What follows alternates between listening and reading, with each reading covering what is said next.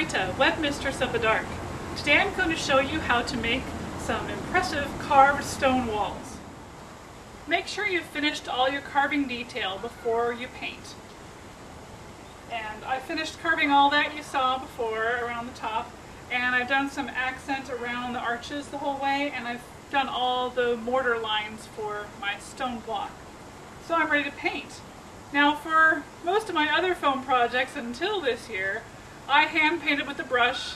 Make sure you have a brush that you don't worry about mashing in, because you need to make sure all those carving indentations are covered with latex paint before you ever do the aging technique with spray paint. Otherwise the spray paint might eat away your raw foam. Now that gives you good coverage, and it takes a long time, and it messes up your brush.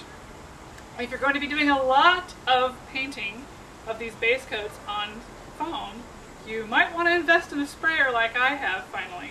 I have a huge project this year that is taking a lot of foam, and this is definitely worth my money.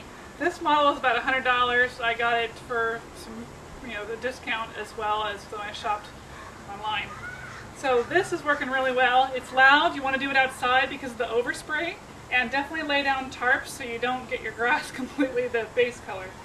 And I'm using interior latex paint, and I just got, this was actually a gallon that was left over from inside my house when I didn't finish it for the living room. I didn't need as much. Or you can buy a can of Oops paint, something that's the color that you like for the base coat. It's not going to stay this main color because you're going to age it, but this will be the base color, so you want it to blend in with what look you want. So, let's paint. You may have to go from several different angles to make sure you've gotten everywhere of the white foam where it's been carved. So keep going until you don't see any white anymore. And as long as you've covered completely all your sketching lines, so you don't see all that rough draft, then you know you've got a good enough coat to protect the foam from the spray paint for the aging technique.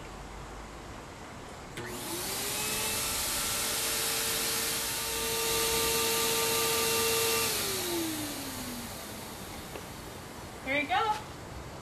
The base coat is done. I don't see any little white specks anywhere, which is what I want, and it already looks a lot more like stone than foam now that you just have it one consistent color. It looks like it's been carved out of the same stuff. Now, of course, if you don't want to invest in a sprayer, I don't blame you. I didn't until this year myself. It does make it go a lot quicker, I will tell you. I mean, I would still be here with a brush, mashing my brush into all my little carving I've done if I didn't use a sprayer. But if you're only doing one project, I don't think I'd spend the money and invest in a sprayer either. Or if I didn't have a whole yard where I could deal with the overspray like I do here. So that's up to you, but now you've seen another technique. If you want to look at the brush technique, you can actually look for the Tombstone Trilogy, and you can see those previous episodes where I've shown you how to do that. Now I need to wait for this base coat to dry before I can do the aging technique. Here you can see that my base coat is totally dry, and I've covered all of the foam with the base coat of paint. I use my sprayer. You can use a brush. You need to make sure this is not spray paint, because spray paint directly on the foam will eat away where you've carved. So now I'm ready to do the aging technique.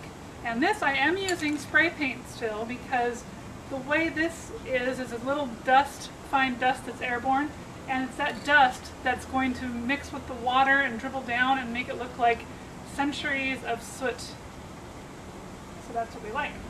So first I'm going to wet the entire surface of where I'm going to age, and then I'm going to spot water with spray paint and keep going until I like how it looks. And make sure you're on a lighter water, like I have a shower setting on this.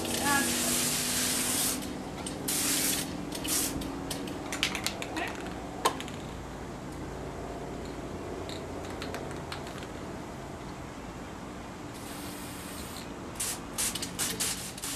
So you want to hit it when there's dribbles of water, because that's how it looks like it's dribbles of soot over years of weather. If you don't have it wet enough, it'll just stick and look like you've spray painted the foam. And if you got too much spray paint on a spot, just hit it with the hose right away and you'll wipe out your mistake. So just keep playing around with it until you like how it looks.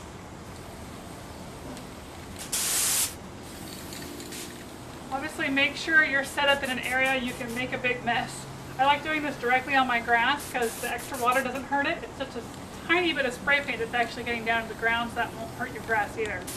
I would not recommend doing this on your patio or your balcony or anywhere unless you put down a tarp, and even that tarp is going to get really, really wet. So make sure you have a good space you can spread out and make a mess. You'll notice also that I have this propped up at a slight angle. That's so the water can dribble down, but not so fast, because if it's vertical, then your spray paint won't settle before the water washes it all off. This slight angle, it's about, not that far from 90, it's maybe 75, 80 degrees. That's about perfect, and I just have it propped up against a tree bush bed behind it. If you've done intricate carvings, that can be a little trickier. You just want to work with it, just keep playing with it back and forth. I like to see if I can get it really dark behind in where I've carved and then blast away on the front raised portion.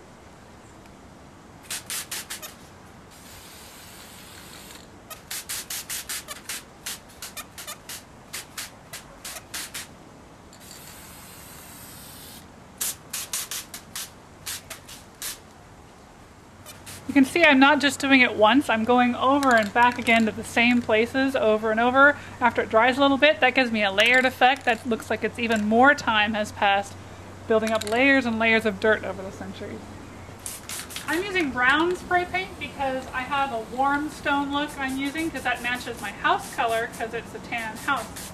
If you're using gray stone, you would age with black, which is how I've shown you with the gravestones before.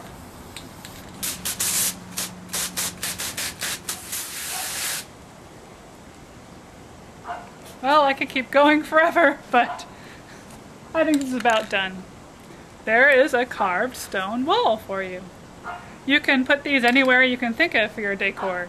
I have mine in my entranceway covering a screened patio area, so it looks like a stone wall and a stone entrance instead of a screen door. When they've gotten older and more run down and they've kind of had some problems in storage, little chunks, little rats eating the foam, I have aged them even more, repainted them a bit, and I've used them out front as ruins in my parrot display in the front corner. So you can keep recycling them for a while. You can also use the pieces of foam, and if you have large enough chunks, like maybe you have a whole wall without a doorway in it, you can reuse that for some gravestones, just recarve them with the wood burning tool, or you can use them as other chunks of other walls. So here, carved stone walls. I hope you've enjoyed watching today. For more projects like this, you can buy my book, Enhanced Eerie Elegance. Happy haunting!